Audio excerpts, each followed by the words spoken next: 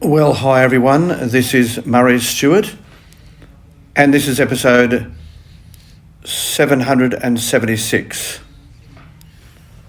Of course, this is the Blind Magic in Alice Springs podcast series.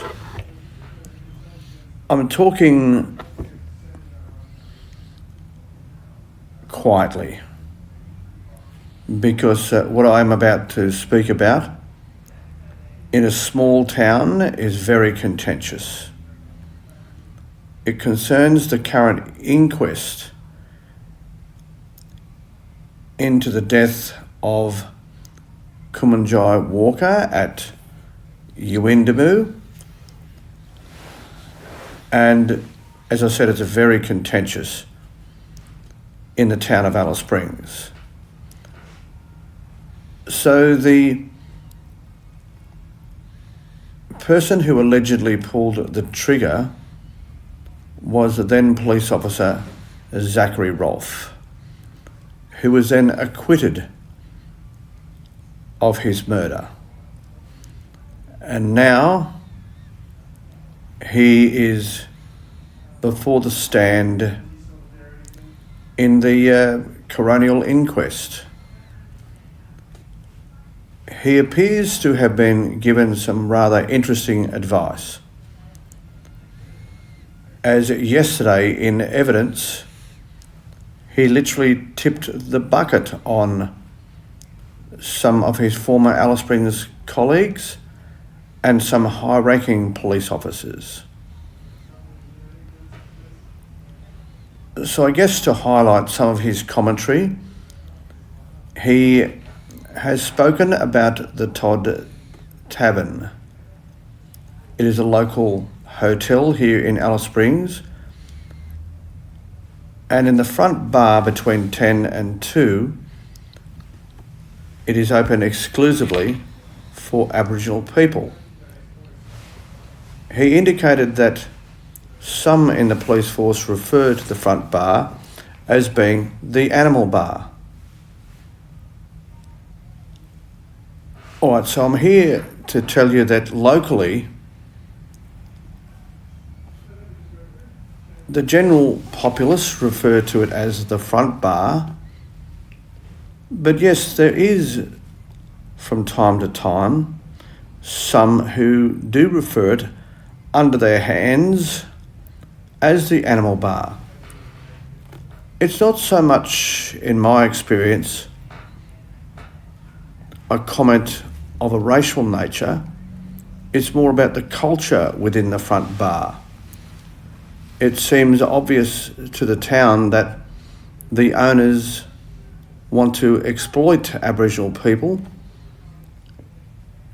get them drunk between 10 and 2, and at 2 o'clock tip them out onto the streets in a drunken state.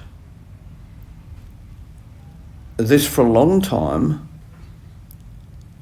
has been a source of, to use that word again, contention in the local community, as we do see it as exploitation of Aboriginal people, and for people to make money exploiting this weakness is frowned upon in Alice Springs. But the former police officer Zachary Rolfe also spoke of some potential racial or racist behaviour within the Alice Springs police force. He spoke of an annual awards night where, when the police are letting off a bit of steam at the end of a year, awards are given out with a trophy, a weapon-like structure given out at those awards. And he also spoke of other inappropriate language that is used about Indigenous people. Now, I'm not here to defend such behaviour.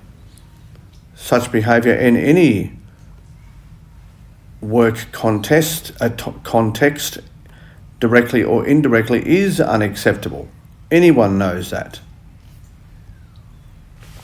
But I would say, in my experience, and I've been here now close on 24 years,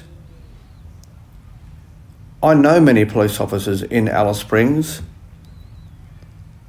and I have never met one officer yet that I personally don't like.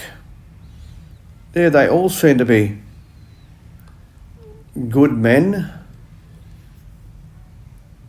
with good values. But what happens in this group, more private setting, obviously I'm not privy to.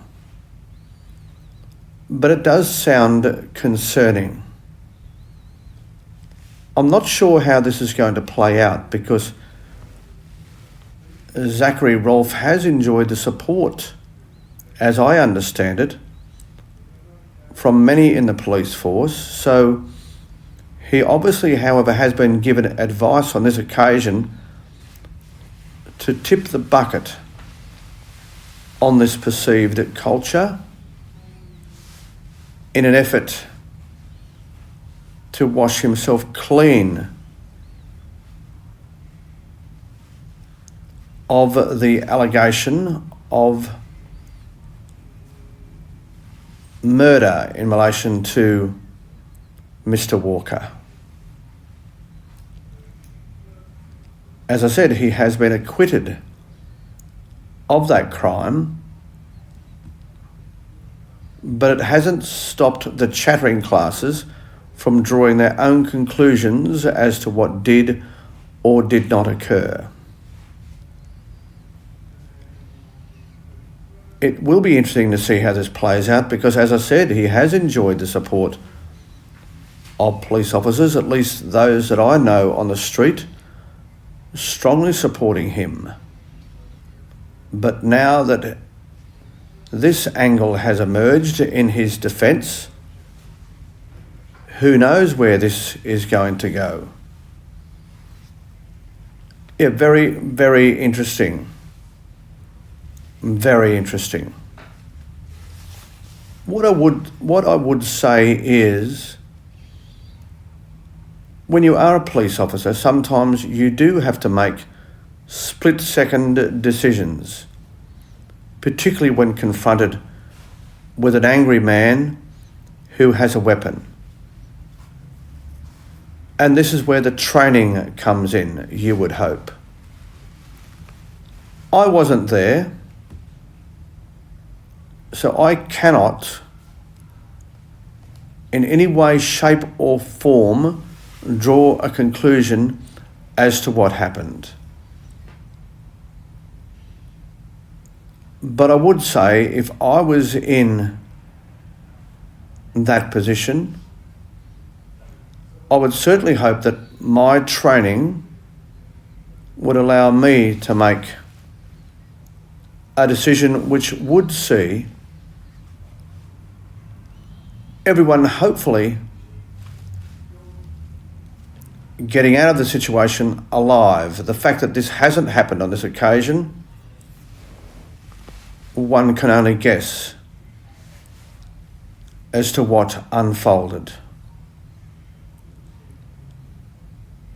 Police officers, like anybody else, have a right to go to work alive and to come back from work alive.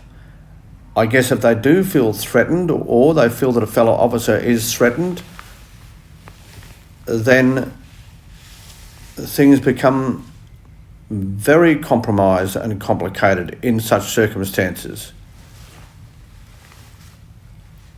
As I said, it'll be very, very interesting to see how all of this unfolds. This has been episode 776, that's right, 776, a Blind Magic Communications production.